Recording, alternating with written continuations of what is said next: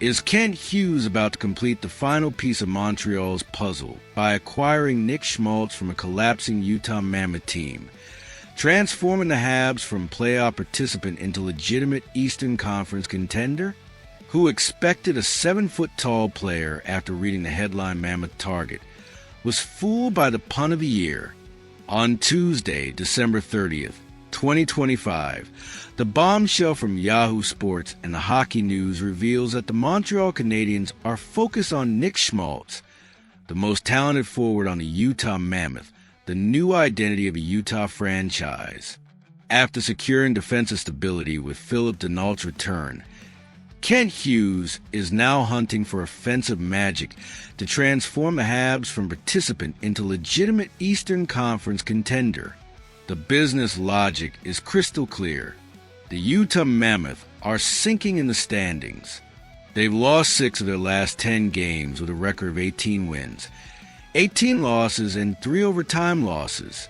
They're becoming sellers in the trade market. Schmaltz, who will become an unrestricted free agent at season's end, is the most valuable asset they have to liquidate. For the Canadiens, desperately needing someone to unlock the power play and create scoring chances for Cole Caulfield or Patrick Lane, Schmaltz is the perfect technical fit. Let's talk about who Nick Schmaltz actually is, because the physical size is irrelevant. The real Mammoth here is the talent. Even on a mediocre team, he has 32 points in 39 games this season, 12 goals and 20 assists. He's a consistent producer operating at nearly a point-per-game pace. That's elite production in today's NHL. He plays both center and wing, which gives Montreal flexibility. With Denault and Suzuki locking down the middle, Schmaltz could float on the top 6 wing, bringing a vision of the game that few current Habs possess. The text highlights that, due to his offensive ability, he would give Canadiens another clear option for the power play. Montreal has already made the boring defensive moves. Phase 1 was bringing Philip Denault via trade with the Kings on December 19th to close the defensive gaps. Phase 2 involved acquiring Alexander Texier for depth. Phase 3, happening right now, is hunting for the game breaker. Schmaltz is that player who invents an impossible pass in a truncated playoff game. With the team trending in the right direction, it's time to spend assets to improve the attack. The cost of acquiring a Mammoth talent depends on Utah's asking price.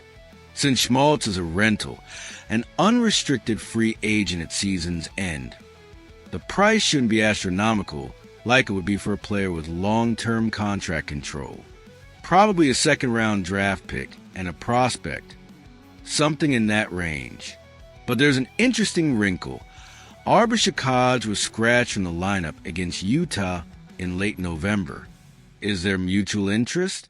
If the Habs involve Xhekaj in the deal, the return would need to be more substantial than just a Schmaltz rental. Maybe Schmaltz plus a contract extension or additional assets included. Picture Montreal's top 9 forward group with these additions. First line, Nick Suzuki at center, Cole Caulfield at right wing, Uri Slavkovsky at left wing. Second line, Nick Schmaltz at left wing, Philip Denault at center, Patrick Lane at right wing, or Jonathan Marchessault if that trade materializes. Third line, Alex Newhook at left wing, Kirby Dach at center when he returns, Joshua Roy at right wing. That's a respectable attack. That's a lineup with depth and creativity. That's a team capable of competing in the Eastern Conference playoffs. Nick Schmaltz isn't the sexiest name in the league. He won't generate the same excitement as acquiring a superstar like Elias Pettersson. But he's the type of intelligent player who makes everyone around him better. He's a playmaker who understands positioning. He's a veteran who knows how to execute in high-pressure situations. He's the missing link that transforms a good team into a competitive one. If Kent Hughes can acquire him from Utah at a fair price, And with the Mammoths struggling and needing to sell, that's likely. The Habs enter 2026 ready for war. They've addressed the defense with Danault. They're addressing the depth with Texier. Now they're addressing the top six creativity with Schmaltz. It's methodical, intelligent roster construction. The question isn't whether Schmaltz will help Montreal. The question is whether Utah will accept Montreal's offer before other teams jump into the bidding. The Maple Leafs might want him. The Rangers might want him. Any team looking for playoff depth will be interested. Hughes needs to move quickly and decisively. Tuesday brought another piece of the puzzle. The Mammoth might be heading to Canada.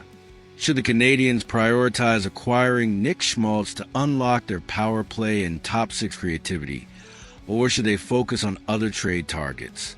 Is Schmaltz worth the draft capital, or should Montreal wait for other opportunities at the deadline? Drop your thoughts in the comments, and hit that like button if you think Schmaltz is a final piece that transforms Montreal into a legitimate playoff contender.